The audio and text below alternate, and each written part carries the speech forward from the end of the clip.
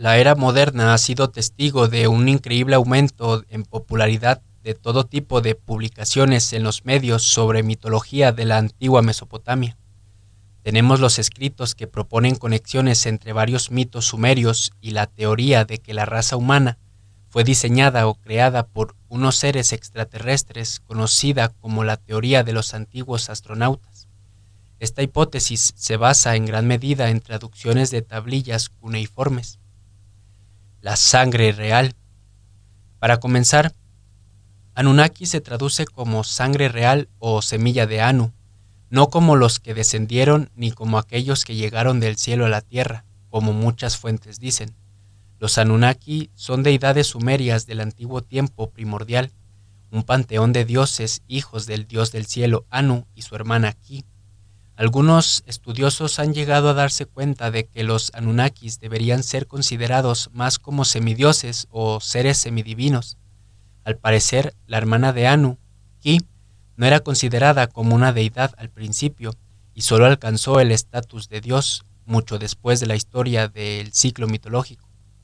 Como explica William Clauser, algunas autoridades se preguntan si Ki era considerada una deidad, ya que no existe evidencia de un culto y el nombre aparece solo en un número limitado de textos sumerios sobre la creación. Samuel Noah Kramer identifica a Ki con la diosa madre sumeria Ninhursag y afirma que eran originalmente la misma figura. Ella se convirtió más tarde en la diosa babilonia y acadia Antu, consorte del dios Anu del sumerio An. Esencialmente, esto significaría que los Anunnaki nacieron de la unión entre un dios del cielo y una mujer mortal, que más tarde sería deificada. Del polvo al polvo. Ki es el símbolo sumerio para tierra, y la consorte de Anu es considerada como la personificación de la propia tierra. Este hecho es similar a la tradición bíblica donde los mortales fueron creados a partir del polvo de la tierra. Esto lo vemos en Génesis 2:7. El concepto de un grupo de seres semidivinos nacidos de mujeres mortales es similar a las tradiciones bíblica y extrabíblica de los Nefilim, unos de los textos antiguos más profundamente referenciados que los describe en el extrabíblico libro de Enoc, atribuido al patriarca Enoc, hijo de Jared y padre de Matusalem. El libro de Enoc es considerado un texto apócrifo en nuestros días. Es rechazado por los sistemas teológicos dominantes, aunque no siempre fue así. Muchos de los primeros padres de la iglesia de Atenágoras, Clemente de Alejandría, Ireneo y Tertuliano, aceptaban este libro como escritura sagrada, y se han encontrado fragmentos de 10 copias en arameo del libro de Enoc, entre los rollos del Mar Muerto. Enoc también es citado en la bíblica epístola de Judas, y se ha estimado que hay varios cientos de referencias más en todo el Nuevo Testamento. Los hijos de Dios y las hijas de los hombres.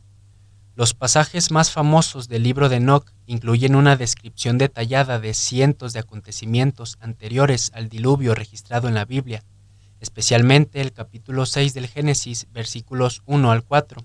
Según el libro de Enoc, un grupo de 200 ángeles caídos, conocidos como los vigilantes, encabezados por un individuo llamado Semyasa, descendieron sobre el monte Hermón, donde formularon el juramento de engendrar linajes de las mujeres humanas. Todos ellos tomaron para sí esposas y cada cual eligió una para sí. Empezaron a corromperse con ellas. Esta unión dio como resultado el nacimiento de grandes gigantes. Estos finalmente consumieron todos los bienes de los hombres, y cuando los hombres no pudieron mantenerles, los gigantes se volvieron contra ellos y devoraron a la humanidad. Estas actividades provocan la intervención de Dios, quien maldice a los gigantes para que se hagan la guerra los unos a los otros para que puedan destruirse en la batalla. Envía a los arcángeles a encadenar a los líderes vigilantes en los valles de la tierra. Como es bien sabido hoy en día, los textos hebreos se refieren a estos poderosos vigilantes como los Nefilim. El santuario de los Anunnaki. Los investigadores han conseguido similitudes entre las mitologías de los Anunnaki y los Nefilim en 1971. Edward Lipinski publicó un análisis académico de varios textos antiguos, entre ellos una versión del antiguo babilonio de la epopeya de Gilgamesh, todos los cuales incluyen importante información que revela la verdadera ubicación del santuario de los Anunnaki en la cosmología y el pensamiento del Antiguo Oriente. Limpinski descubrió que, de hecho, la versión en antiguo babilonio de la epopeya de Gilgamesh identifica Hermón y el Líbano como la morada de los Anunnaki. El investigador se afinca en las líneas 12-21 del Gilgamesh en antiguo babilonio, unas líneas que hablan de la destrucción de Humbaba, guardián de la morada de los dioses a manos del compañero de Gilgamesh, Enkidu, después de lo cual el texto afirma que ambos entraron al bosque de los Anunnaki. En otras mitologías posteriores se sugieren lugares alternativos para el hogar de los Anunnaki. Limpinski explica que los más antiguos textos mesopotámicos y cananeos del Próximo Oriente apuntan al bosque de cedros del monte Hermón. Encontramos rastros de la tradición más antigua en la mención de la montaña que era morada de los dioses y cuyos accesos estaban ocultos por el bosque de cedros cuyo guardián era Humbaba. Esta montaña era, creemos, el Hermón del Antidilíbano. La cordillera sur del Antilíbano sería por lo tanto probablemente la montaña en cuyas profundidades vivían los Anunnaki, según la versión en antiguo babilonio de la epopeya de Gilgamesh. En el periodo babilónico antiguo, los Anunnaki eran aún considerados los dioses en general. El monte Hermón debería, por tanto, ser identificado como la morada de los dioses, la unión del cielo y la tierra. Limpinski también señala el hecho de que el monte Hermón era considerado el guardián de los tratados internacionales en el mundo antiguo y conecta la tradición con el juramento realizado por los vigilantes en el libro de Enoc. Al incorporar los textos apócrifos como el Testamento de los 12 Patriarcas y el libro de Enoc al estudio, Limpinski dice que el monte Hermón es la montaña cósmica que une la tierra con el cielo más bajo. Encontramos la misma idea en el episodio de los hijos de Dios del libro de Enoc. Los seres celestiales se reúnen en la cima del monte Hermón porque esta es la montaña de los dioses, el Olimpo cananeo. El monte Hermón se encuentra en el extremo sur de la cordillera montañosa del Antilíbano, a caballo sobre la frontera entre Siria y el Líbano. El pico más alto de Hermón alcanza los 9.232 pies. La zona abunda en antiguos altares que se remontan a miles de años atrás y siguen albergando santuarios y rituales hasta épocas recientes como la de Constantino el Grande. De mayor importancia es el hecho de que Gilgamesh fuera famoso en esa época por haber conseguido el conocimiento del mundo antediluviano. Según la epopeya de Gilgamesh de Ugarit, en todas partes se exploró los centros del poder, conocía la totalidad de la sabiduría sobre todas las cosas. Él, que recorrió el camino distante hasta Utternapisti, que cruzó el océano, el ancho del mar, hasta alcanzar el amanecer, recuperó el conocimiento de la era antediluviana. Los pasajes cierran el círculo con la interpretación de Limpinski de la versión en antiguo Babilonia de la epopeya de Gilgamesh, donde el antiguo rey viajó al monte Hermón, morada de los Anunnaki. Esto resulta esencial en la teoría de los antiguos astronautas y la narrativa del autor.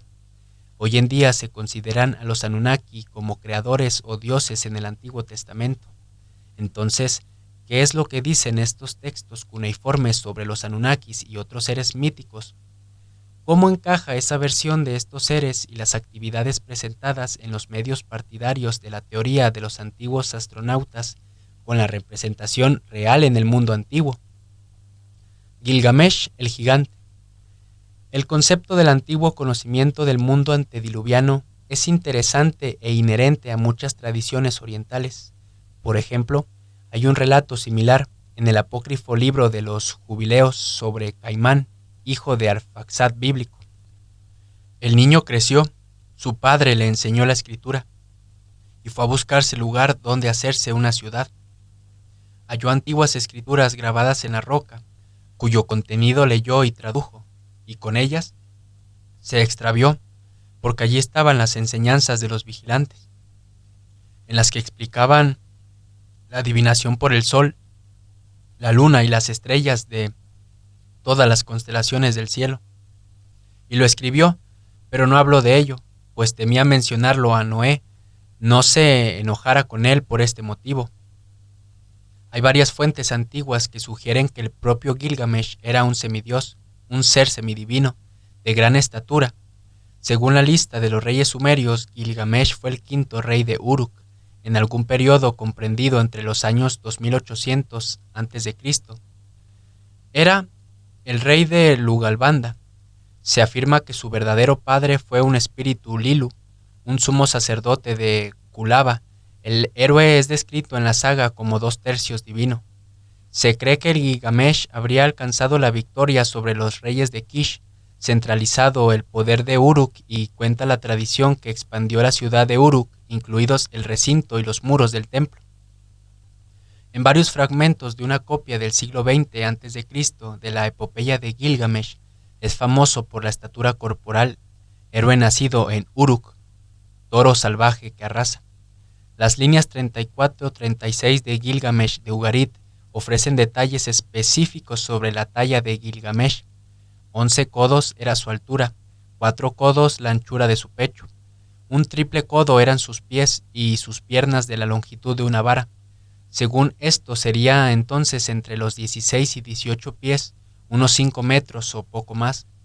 Ahora, en cuanto al hecho de que Gilgamesh fuera un gigante, el fragmentario libro de los gigantes de los manuscritos del Mar Muerto menciona los nombres de varios gigantes, Nefilim, entre ellos Onía, Mawai, Magia y Gilgamesh. Los gigantes del monte Hermón. Ahora, volviendo al tema del monte Hermón, Gilgamesh no es el único gigante antiguo asociado con este lugar sagrado. Varios libros del Antiguo Testamento, Números, Deuteronomio y Libro de Josué, dan testimonio de la batalla de Moisés y los israelitas contra Og, rey amorreo de Basán, en Deuteronomio 3:11. Og es descrito como último superviviente de los refaítas o gigantes, y su cama o sarcófago habría medido unos 9 codos de largo por 4 de ancho, lo que significa que Og medía unos 4 metros de altura. En Josué 12:5 se revela que Og dominaba la montaña de Hermón y Salcá y todo Basán, una región que incluye las laderas del monte Hermón y los altos de Golán. Entidades del inframundo. Otro de los elementos que conecta a los Anunnaki con la historia de los vigilantes y la descendencia es la condición de seres de inframundo. En los ciclos mesopotámicos, los Anunnaki son descritos con frecuencia como unos hados o jueces de los muertos, habitando en el reino subterráneo y desempeñando la función de espíritus de la tierra. En unas tablillas halladas en Nippur, que datan del 2000 a.C., los Anunnaki son los 7 jueces entidades del inframundo que acompañan a Erechkigal, diosa del reino subterráneo. Cuando Ishtar desciende y es presentada ante la asamblea, ellos fijan los ojos de muerte sobre ella, haciendo que perezca. Arrojados al infierno. La morada de la montaña del dios cananeo, el también es con frecuencia asociado con manantiales naturales y ríos subterráneos secretos u ocultos. Lipinski asocia estas connotaciones con las fuentes del río Jordán, una de las cuales es el manantial de Banías, que nace a los pies del monte Hermón. En el libro de Enoc, Dios ordena al arcángel Miguel: ve y anuncia a Semillasa y a todos sus cómplices que se unieron con mujeres y se contaminaron con ellas en su impureza. Encadénalos durante 70 generaciones en los valles de la tierra. Mientras que a Rafael le ordena: encadena a Azazel de pies y manos, arrójalo en las tinieblas, abre el desierto que está en Dudael y arrójalo en él. La verdadera identidad de los Anunnaki. También hay referencia del destino de los vigilantes en los libros del Nuevo Testamento. Entre ellos está la segunda epístola de Pedro, en la que se puede leer: Dios no perdonó a los ángeles que pecaron, sino que precipitándolos en los abismos tenebrosos del Tártaro, los entregó para ser custodiados hasta el juicio. Segunda de Pedro 2:4. También se hallan referencias al destino de los vigilantes en los libros del Nuevo Testamento, entre ellos la segunda epístola de Pedro, donde se puede leer la palabra de origen tártaro, que aparece en este versículo y hace referencia al infierno más profundo de la mitología griega. No eran solo gigantes los titanes, sino que también, al igual que los Anunnaki, eran descendencia de una diosa de la tierra Gaia y una deidad del cielo. Urano. Algunos estudiosos consideran probable que el mito griego estuviera basado en las antiguas mitologías orientales. Mismo concepto se da de nuevo en la epístola de Judas, versículo 6, que dice: los ángeles que no mantuvieron su dignidad, sino que abandonaron su propia morada, los tiene guardados con ligaduras eternas bajo tinieblas. ¿Quién filtró el gran secreto de los Anunnaki? Dentro de las tablillas Anunnakis se hablan de unos diapositivos que son unos minerales que se parecen al cuarzo, que tienen un poco de transparencia. Estos objetos tendrían la capacidad de actuar con la conciencia del portador, a tal punto que sería como un potenciador de las facultades psíquicas. Es una forma de decir que multiplica las capacidades innatas del portador. En los textos sumerios, las tablas han sido motivo de grandes debates. Nadie ha sabido la función exacta de las tablas, pero sí se sabe que las tablas podían hacer milagros para nosotros los mortales. No sabemos exactamente quién creó las tablas, pero sí lo que pueden hacer. Vamos a ver algunas de las cosas que saben las élites y que nos las restringen en el rostro. Y las hemos visto en el cine, donde hablan de las tablas. Comencemos por la saga de los Vengadores, cuando Thanos tiene el brazalete con las gemas y propiedades especiales que conectan con el portador y lo hacen invencible. Puede moverse en el espacio-tiempo y supera a los otros héroes que intentan detenerlo. Esto está inspirado en la mitología sumeria, que ya habla de todo esto.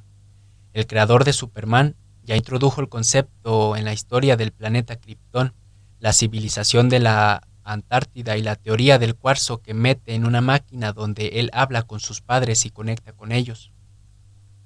Los cristales de Superman tienen memoria infinita porque establece un diálogo con sus padres. En Superman 2 habla con su madre. Todo esto es interesante, mas lo es cuando en las dos Superman sacrifica sus poderes por amor. Decide ser un mortal. Para eso se expone al sol rojo de Krypton. Luego se da cuenta de que ha cometido un error porque la Tierra ha sido tomada por 3 hombres vestidos de negro que la atacan. Esa película tiene una sustancia sumeria y eso le hace interesante. Cuando Superman pierde los poderes y quiere recuperarlos, se han perdido muchos datos, solo queda el silencio en el refugio de la soledad. En ese momento aparece uno de los cristales que es verde, que brilla intensamente, y ahí la escena se corta con un coro donde se da a entender que ahí puede recuperar los poderes. Pero, ¿qué es ese misterioso objeto verde que él lanza a la distancia en el medio del hielo? ¿Qué es esa tecnología con el cristal? Incluso se habla de un ave en las tablas Anunnaki que se hace con las tablas del destino, que pone en jaque a todos los Anunnaki. Dicen que quien las tenga puede controlar el mundo entero, pero con otras tablas pueden detener al ave y recuperar las tablas. La pregunta es, ¿quién y cómo diseñó los cristales Anunnaki? Una pregunta más que seguramente falte mucho para que se encuentre respuesta. La élite ha ocultado a los Anunnaki. Recordemos la destrucción del Museo Nacional de Bagdad. La élite busca información y la quiere destruir. Ya lo han hecho. Lo descubierto es apenas un 5 o 10% de todo lo que hay en las tierras desérticas de Oriente Próximo. Los sumerios y acadios tienen mucho por mostrar. Dentro de las teorías Anunnaki se manejan las teorías de que ellos no crearon completamente a los humanos, sino que combinaron las especies con su ADN. Esto es complejo porque los homínidos que ya existían, tanto el Neandertal como el Erectus, no se tiene claro cuál fue el primer homínido con el que se probó. La primera prueba de todo esto es las distintas razas existentes de humanos. Hay variedades tan dispares como la gente de color o la gente nórdica, gente que tiene patrones genéticos para adaptarlos en zonas determinadas con condiciones específicas. Anton Parks dice que ha conseguido evidencias de un hombre antes de todos los conocidos llamado Namblu, el hombre primordial, el humano primordial, un humano que nada tendría que ver con nosotros porque sería la antesala a otros mundos. con un cuerpo translúcido que irriga una serie de luces de colores y auras increíbles. Este Namblue habría sido preparado por otras razas, algunas reptilianas y otras no. Dice que cada uno de estos seres lo configuró y que era un ser perfecto. No se sabe lo cierto de esto, pero sí hay que ver la buena base genética que estaba impresa ya en los homínidos. Ellos eran portadores de esta manipulación genética. Los Anunnaki no nos crearon, sino que nos reconfiguraron con su propio ADN. Esta es la hipótesis basada en estudios.